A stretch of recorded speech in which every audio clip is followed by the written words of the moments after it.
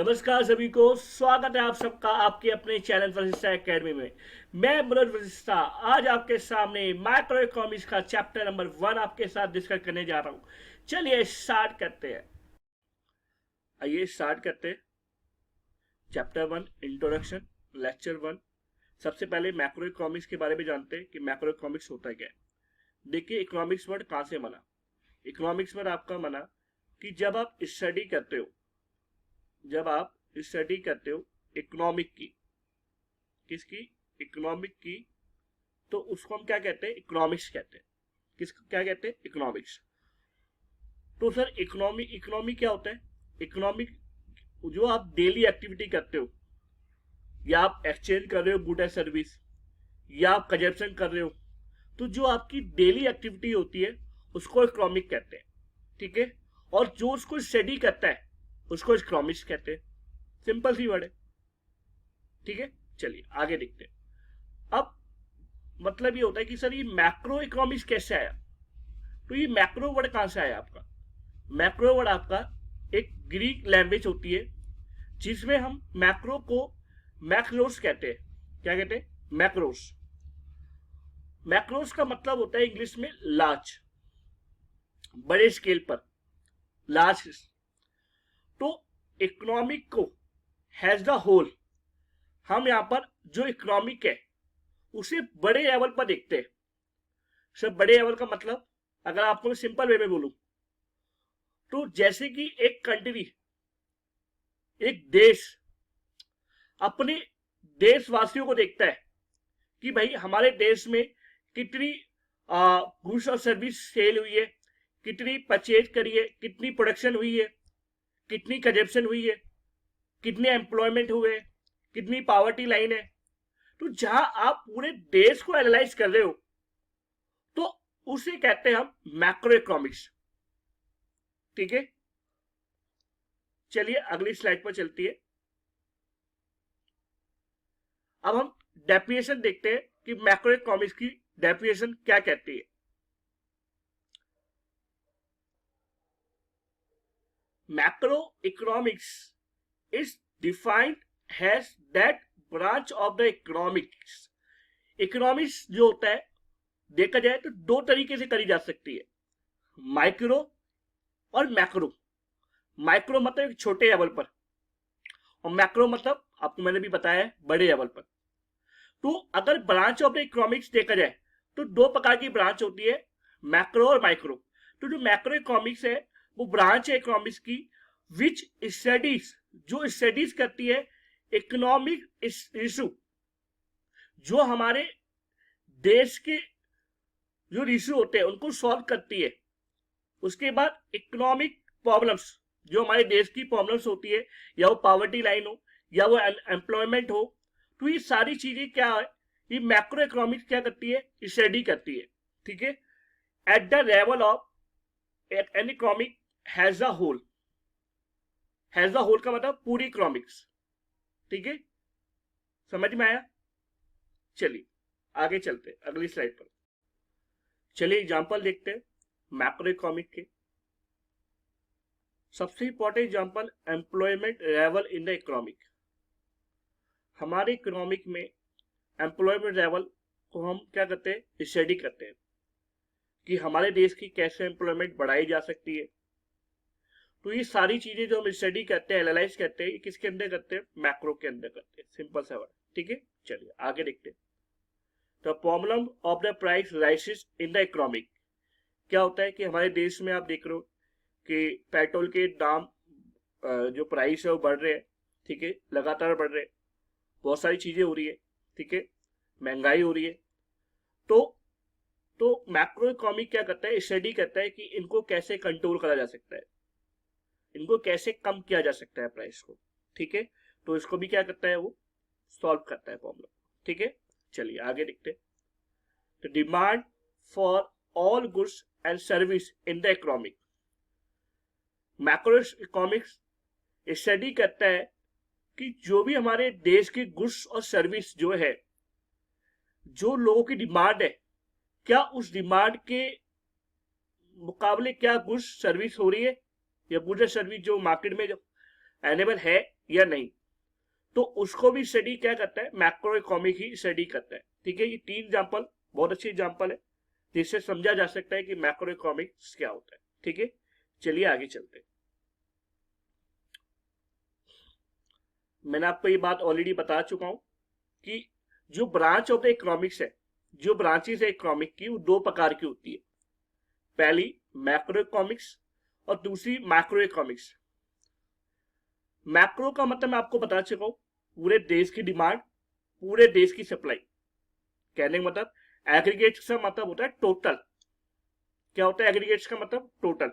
ठीक है, total demand देश की और टोटल सप्लाई देश की। ठीक है, उसको स्टडी करना किसका काम होता है? मैक्रो इकोनॉमिक्स का काम होता है। अगर मैं बात करूं माइक्रो की, तो हम क्या करते हैं कि कंज्यूमर क्या करता है, कंज्यूमर अपनी डिमांड को देखता है बस, कि भाई प्राइस बढ़ेगा तो मैं गुड्स नहीं लूंगा, प्राइस घटेगा तो मैं गुड्स ले लूंगा। तो वो किसकी स्टडी कर रहा है? वो अपनी स्टडी कर रहा है। ठीक है, वो अपने आप को देख रहा है कि अगर ये प्राइस बढ़ा तो मैं ले लूंगा, सॉरी प्राइस बढ़ा तो मैं नहीं लूंगा, और प्राइस घटेगा तो मैं ले लूंगा। तो ये आपने ऑलरेडी पढ़ा हुआ है 11th क्लास में। ठीक है, मैक्रो इकोनॉमिक्स आप ऑलरेडी पढ़ के आए हो, तो आपको अच्छी तरह पता है कि मैक्रो इकोनॉमिक्स माइक्रो इकोनॉमिक्स क्या होती है।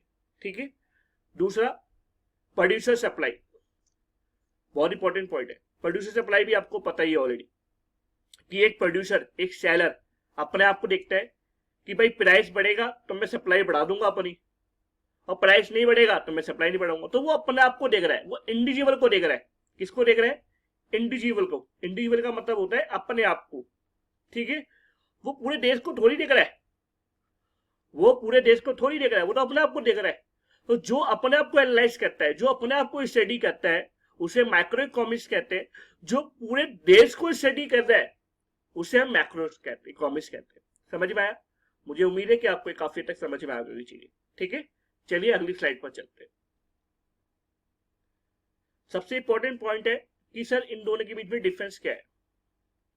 ठीक है, आइए देखते हैं एक करके, और इंपॉर्टेंट क्वेश्चन भी आपके एग्जाम्स के लिए। ठीक है, काफी बार एग्जाम में पूछा हुआ है, तो प्लीज बेटा इसे नोट जरूर करना। और ठीक है, जो भी डाउट होगा आप डिस्कशन बोर्ड बॉक्स में जो है वहां पे कमेंट कर सकते हो, कि कोई भी रिलेटेड, जो भी वीडियो से रिलेटेड डाउट्स होंगे आपके, आप वहां पे जाके कमेंट कर सकते हो। ठीक है, चलिए स्टार्ट करते हैं। सबसे पहले डिफरेंस जो है लेवल ऑफ स्टडी, कि सर दोनों में किस प्रकार की स्टडी करी जाती है। ठीक है, मैंने आपको ऑलरेडी बता चुका हूं, मैं फिर से बता रहा हूं। देखिए यहाँ से, यहाँ पर मैक्रो में क्या होता है कि जो स्टडी करी जाती है, जो प्रॉब्लम्स करी जाती है स्कैरिटी की, कि भाई हमारे देश में क्या कमी हो रही है, किस चीज की कमी हो रही है, उसको स्टडी करी जाती है, उसको ठीक करा जाता है।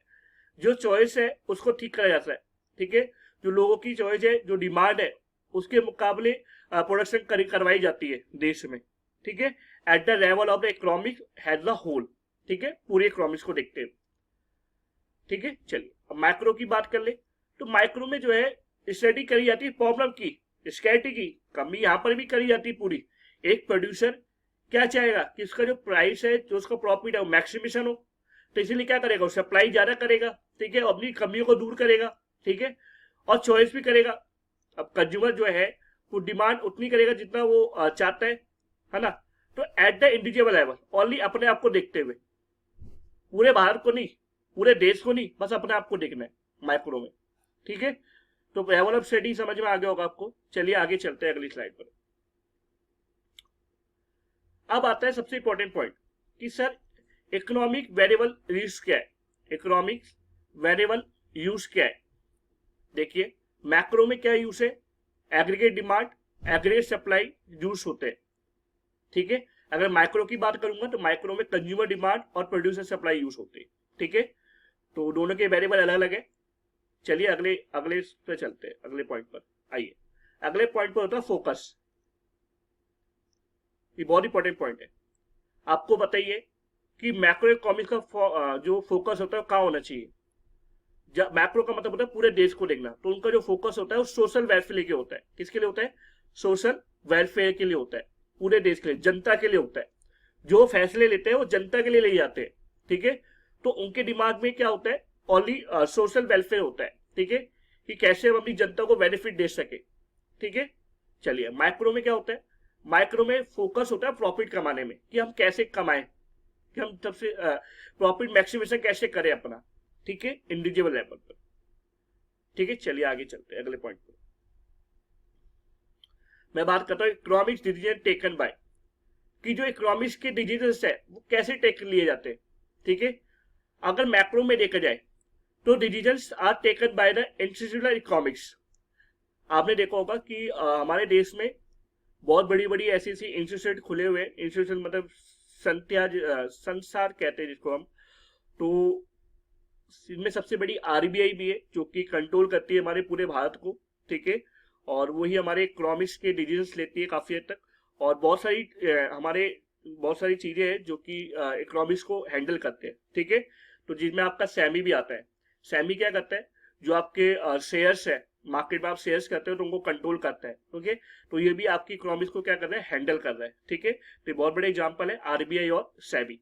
ठीक है, चलिए अब माइक्रो में देखा जाए तो माइक्रो में डिसीजन कौन लेता है, इंडिविजुअल लेता है। ठीक है, इंडिविजुअल इकोनॉमिक्स यूनिट, मतलब कि हम लेते हैं, कंज्यूमर लेता है। कंज्यूमर अगर डिमांड की डिसीजन लेगा तो अपने अपने आप ही लेगा ना। एक प्रोड्यूसर अगर चाहता है प्रॉफिट मैक्सिमम कमाना तो वो खुद ही सोचेगा ना। ठीक है, तो मैक्रो में बड़े बड़े जो इंस्टीट्यूट है वो लेते हैं, और जो माइक्रो में क्या होता है कि जो इंडिविजुअल्स होते हैं वो डिसीजन लेते हैं। ठीक है, चलिए आगे चलते हैं। अब मैं बात करूंगा मेथड ऑफ द स्टडी कि किस प्रकार स्टडी करी जाती है। ठीक है, मैक्रो में जनरल, जो आपका मैक्रो की बात करूंगा तो वहां पे जो है जनरल इक्विलिब्रियम एनालाइज किया जाता है। मतलब कि सभी चीजों को देखते हुए वहां पे सारी चीजों को एनालाइज किया जाता है कि हम कैसे सबको बेनिफिट दे सके, तो ये पूरी जनता को कैसे बेनिफिट दे सके। ठीक है, और यहाँ माइक्रो में क्या होता है कि पार्शियल इक्विलिब्रियम एनालाइज किया जाता है। पार्शियल मतलब कि जो गुड्स हम देखना चाहे हम उसको बढ़ाएंगे, जो गुड हम देखना चाहे हम उसको बढ़ाएंगे, हम नहीं देखेंगे भाई देश को क्या चाहिए क्या नहीं चाहिए। ठीक है, तो वहां पे क्या हो रहा है, पार्शियल हो रहा है, इकोनॉमिक एनालाइज किया जाता है। लेकिन अगर हम मैक्रो की बात करें तो वहां पे सबको देखते हुए एनालाइज किया जाता है। ठीक है, चलिए आगे चलते हैं अगले पॉइंट पर। सेंट्रल इशू सबसे इंपॉर्टेंट पॉइंट है आपका ये, कि भाई सेंट्रल इशू क्या होता है। मैक्रो का सेंट्रल इशू क्या है कि कैसे वो पूरे देश की आउटपुट को बढ़ाए, कैसे वो पूरे देश को प्रोडक्शन को बढ़ाए जिससे हमारा देश आगे बढ़ सके, और कैसे एम्प्लॉयमेंट को ठीक करे, जो अनएम्प्लॉयमेंट है उसको कैसे एम्प्लॉयमेंट कन्वर्ट करे। ठीक है, तो ये जो है मैक्रो इकोनॉमिक्स का जो स्टडी है कि भाई कैसे इन चीजों को बढ़ाया जा सके, ये सेंट्रल इशू होते हैं किसके, मैक्रो के।